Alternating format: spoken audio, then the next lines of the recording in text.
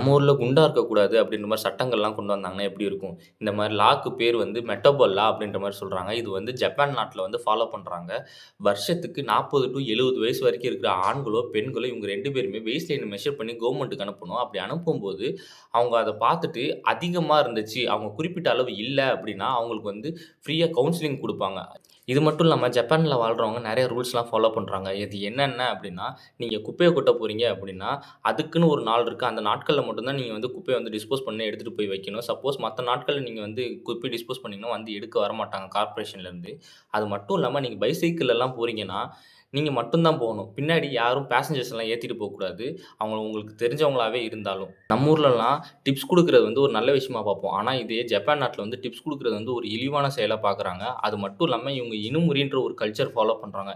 இது என்ன அப்டின்னா, நம்ம ஊர்ல யாராவது வேலை நாட்கள்ல தூங்குறாங்க, அல்லது பப்ளிக் பிளேஸ்ல தூங்குறாங்கன்னா, ஏதாவது தவறா நெனப்போம். ஆனா, இவங்க வந்து அது வந்து நல்ல விஷயமா நெனப்பாங்க. காரணம் என்ன அப்டின்னா, இவங்க வந்து அதிகமா உழைச்சுட்டு, அதோட தூக்கம் பத்த முடியாம, இவங்க வந்து இந்த மாரி பொது இடங்கள்ல வந்து தூங்குறது வந்து இனுமுறி அப்டின்ற மாரியும் சொல்றாங்க.